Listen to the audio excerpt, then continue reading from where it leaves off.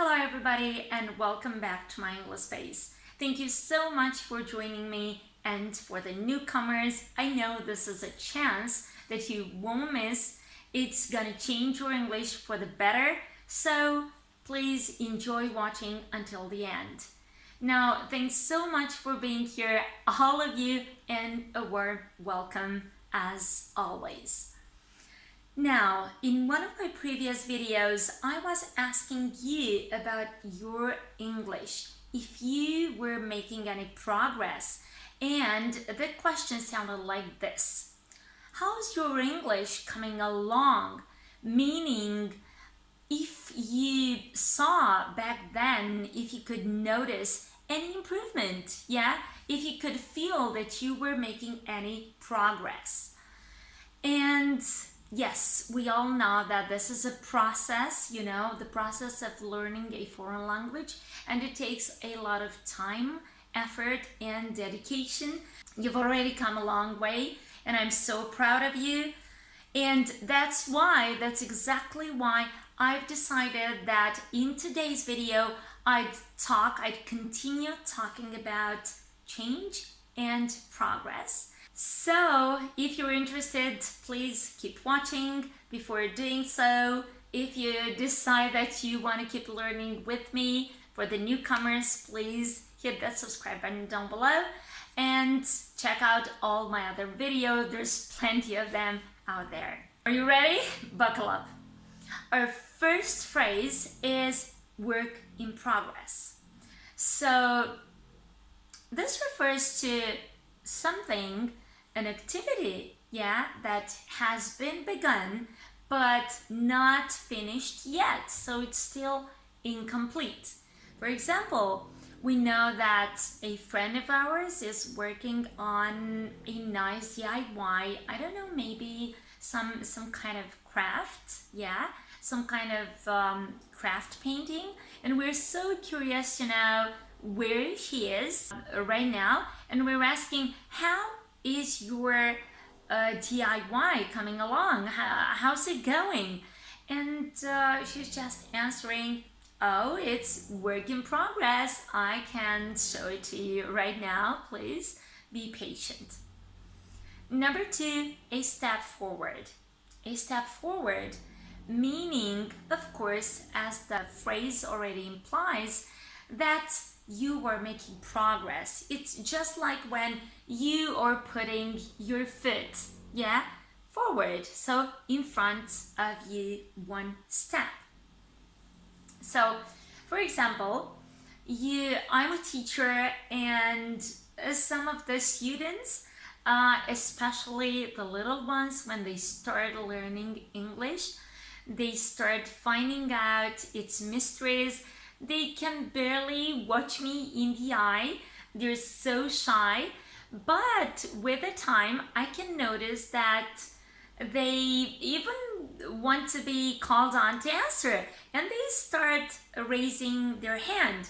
And so I can tell them that they've made a step forward, or, oh, that's a step forward, you've put your hand up to answer it. That's a step forward.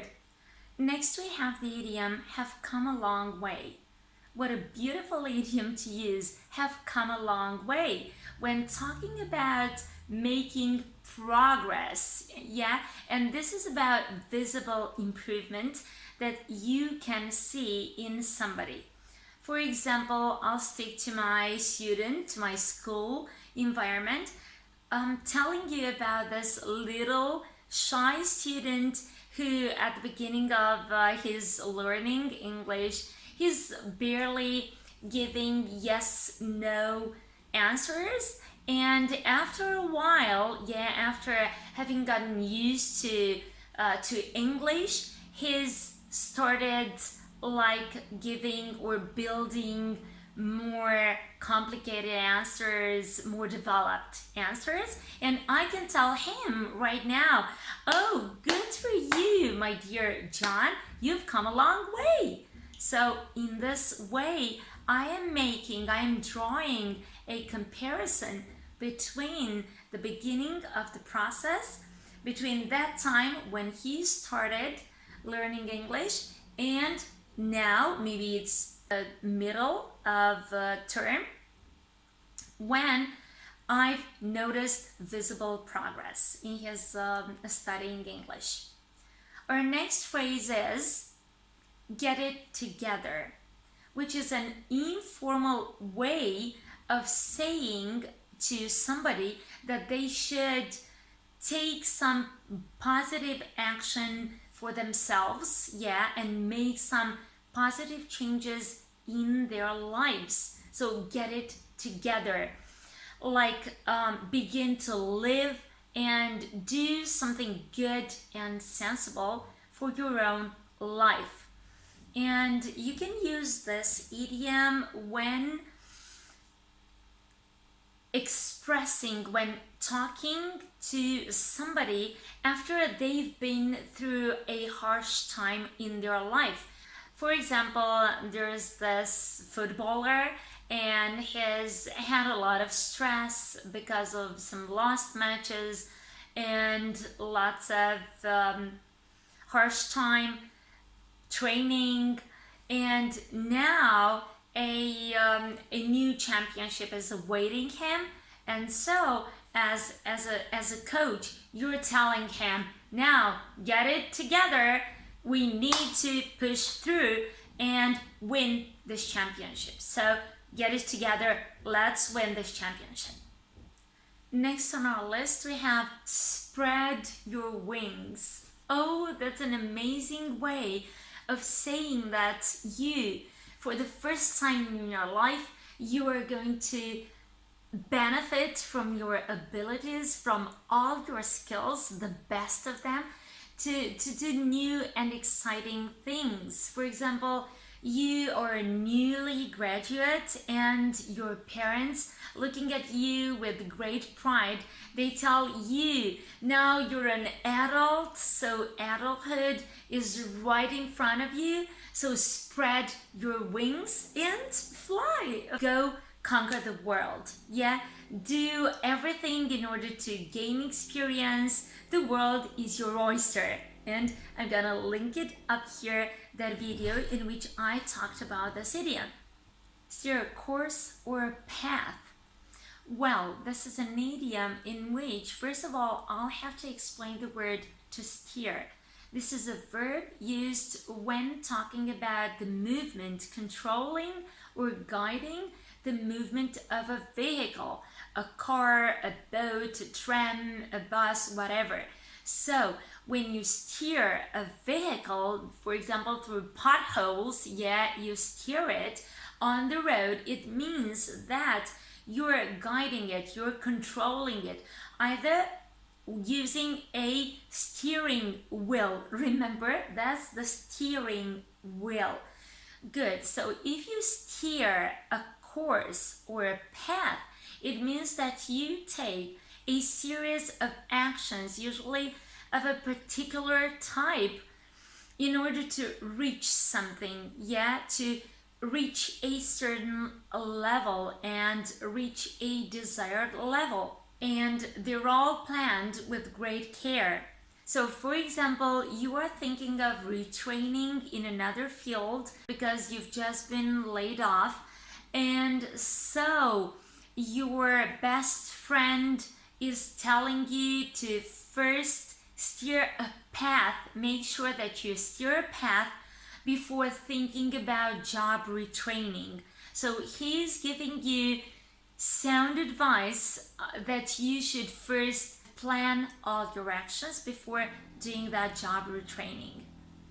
Next on the list we have next level. That's again something that you will intuitively understand because it means the next level. It means something better, more advanced, or more successful than the situation that you are already in. So, for example, when it comes to English learning, at the beginning you might be quite good at mastering, simple words and phrases, like theme-related vocabulary, like greetings and clothes and rooms of the house and furniture, colors and all of these things. But if you go on to study idioms and phrases and collocations, that's the next level of mastering the English language. Work your way up. Work your way up. And this happens when you're part of a fixed process or structure and when you're making progress, visible, noticeable progress. For example, you're starting small and you're getting big. For example, in a supermarket, there's lots of cashiers, but there might be those ambitious ones that are working their way up to get to become department managers. Hopefully I'm using the right terms here.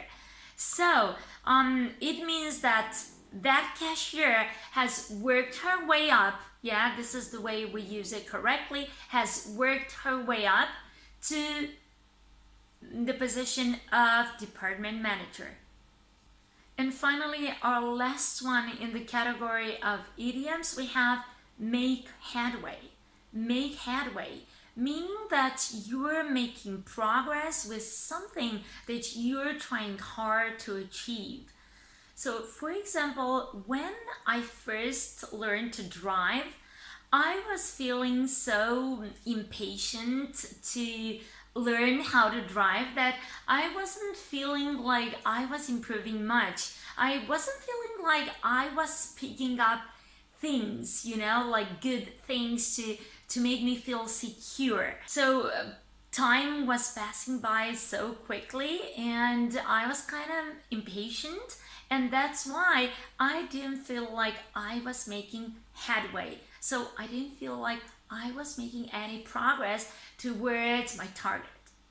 For the second part of our video, we have 3 more phrasal verbs to nicely add to your idioms that you've just learned, and in this way to build up your vocabulary related to change and progress, of course. So the first one is one that you've already found out in a previous video, to come on or along.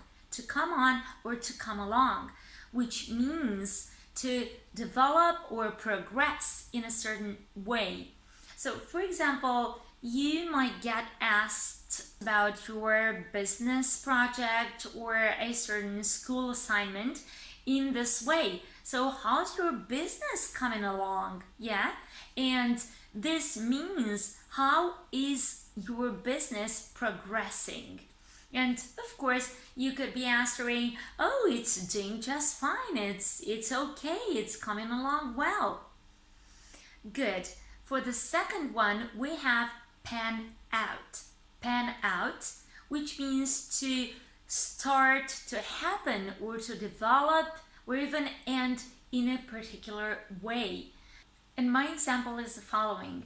2 travelers are very eager to restart their holidays, and so they're now looking to plan them in advance.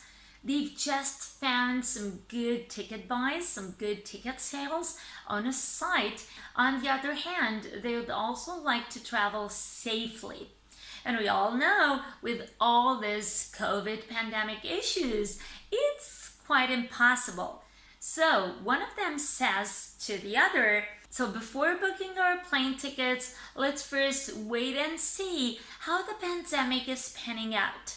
Yeah, so let's wait and see how the pandemic is panning out, which means let's wait and see. Let's be sure enough how the pandemic is progressing, how it's developing. Let's see if everything is gonna work out well for us. And the last phrasal verb is to shape up. To shape up. This is also very interesting, and it has a quite similar meaning to the ones before. It means to start to develop in a certain way. For example, I've just asked my students to write a short paragraph about their holidays. Yeah, I'm stopping by one of them and saying, how's your paragraph shaping up? Yeah, so I'm asking him how it's going on, if he's doing well, if it's okay with the composition I've just given him. if he's understood the task, if he knows what to write there, and so on. Good, so there you have it. Plenty of idioms and phrases for you to be able to express yourself correctly in English when talking about change and progress. So I think we've already come a long way since we started, haven't we? Thanks so much for being here with me. I hope that you got all of them right and that you'll now be able to use them in your own examples. Yeah, for further practice. Don't forget to do this. It's essential for your English learning improvement. And if I've missed any of them, make sure to put them right here in the comments. Thanks so much for being with me. I hope you've learned something, and I'll see you again next time. Bye for now.